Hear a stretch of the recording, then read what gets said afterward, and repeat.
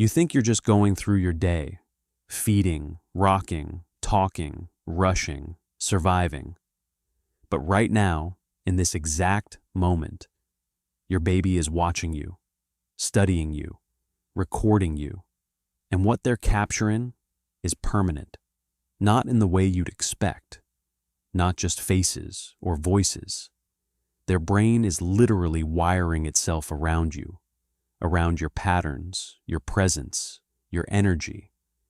And this wiring will shape who they become for the rest of their life.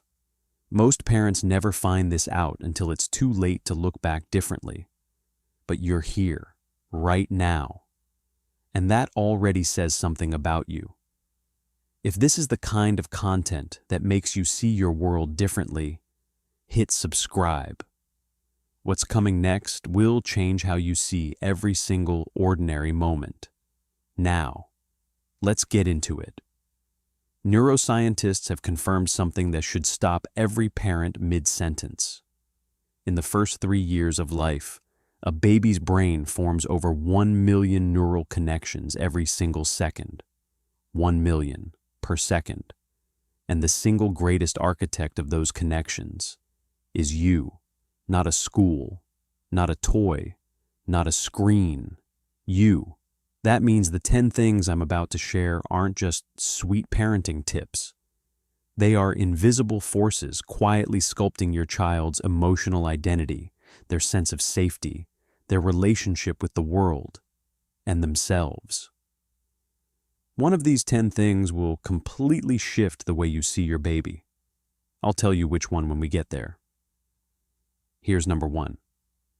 Every time you say your baby's name, just casually while changing a diaper, calling them across the room, their brain does something you cannot see.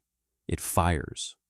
Researchers found that by 4 months, a baby recognizes their own name, not just as a sound, but as a signal. That sound means me. That sound means I exist. That sound means someone knows I'm here. Your voice saying their name isn't just sweet.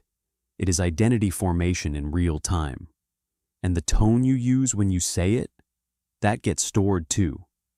A name said with warmth creates a child who feels they belong somewhere in this world. A name said with tension creates a different kind of feeling altogether. You probably say their name dozens of times a day without thinking. Now you know what you're actually building. Number 2, eye contact. Specifically, the moments when you look at your baby and they look back, and for just a second, the whole world goes quiet. That is not just a cute moment. That is co-regulation. Scientists call it serve and return. One of the most powerful brain-building exchanges in human development. When your baby looks at you and you look back, your nervous systems sync. Their heart rate adjusts. Their cortisol levels drop. Their brain registers one of the most important lessons it will ever learn. The world responds to me. I am not invisible. Number 3, the sound of your voice when you're not talking to them, when you're on the phone, when you're talking to a partner, when you're venting in another room and think they're just lying there, zoning out. They are not zoning out. By 6 months, babies distinguish emotional tones and voices, not just from direct speech, but ambient speech. The background noise of your life is part of their emotional curriculum. A home filled with calm voices teaches the nervous system. This is a safe world. A home with frequent tension, even if never directed at the baby, begins wiring a different lesson. You don't have to be perfect, but you should know what they're listening to, even in your silence. Number 4, your stress. This one is uncomfortable, but it's important.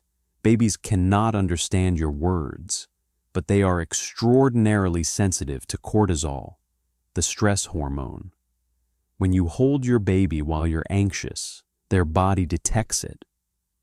When you're tense but trying to smile through it, Their nervous system notices the mismatch. This is not to make you feel guilty. This is to make you understand. Self-regulation is one of the greatest gifts you can give your child. When you learn to calm yourself through breath, through pause, through stepping away for 60 seconds, you are teaching your baby that big feelings can be survived. Your regulation becomes their regulation. That lesson will follow them for decades. Number 5. The way you respond when they cry. Every time you go to your baby when they call, even at 2 a.m., even when you're exhausted, even when part of you wants to wait, you are answering a question their brain is asking. Is the world reliable? Will someone come? Research on attachment theory is clear. Consistent responsiveness in the first year of life creates secure attachment. And securely attached children grow into adults with stronger emotional resilience, better relationships, and higher self-worth. You're not spoiling them. You're building their foundation. Number 6.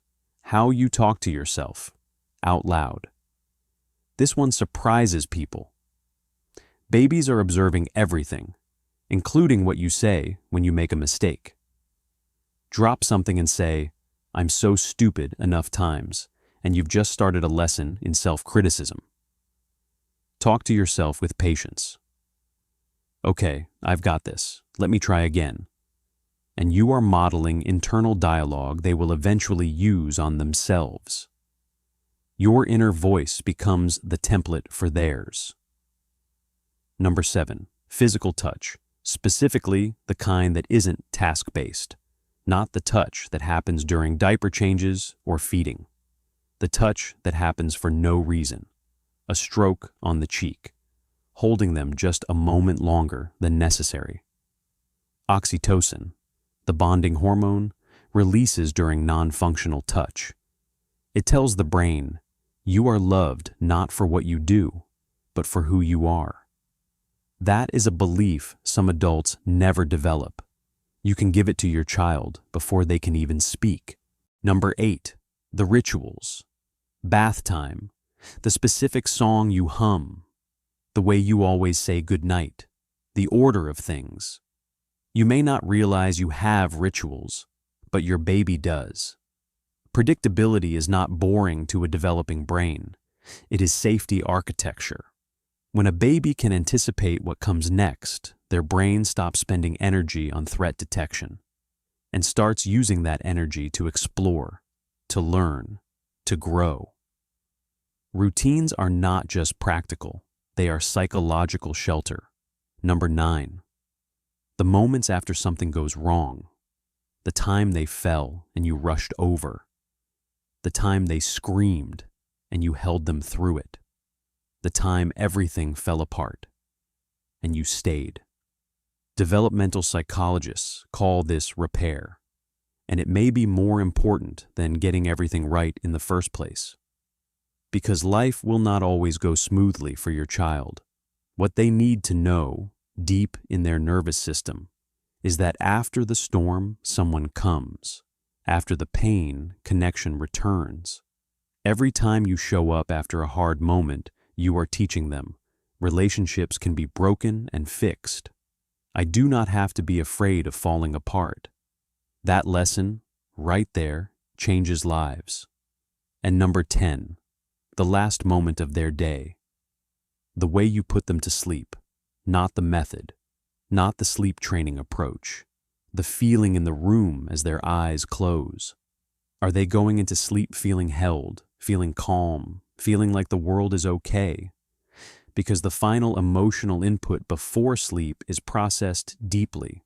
The brain consolidates memories during rest, and the emotional tone of those last minutes becomes part of what gets encoded. Babies who go to sleep feeling safe, slowly, with a calm presence nearby, wake up with a nervous system that is just a little more prepared for the world. You don't have to do it perfectly every single night. But on the nights you do, on the nights you slow down and breathe and let them feel you there, You are leaving something inside them that no one can ever take away.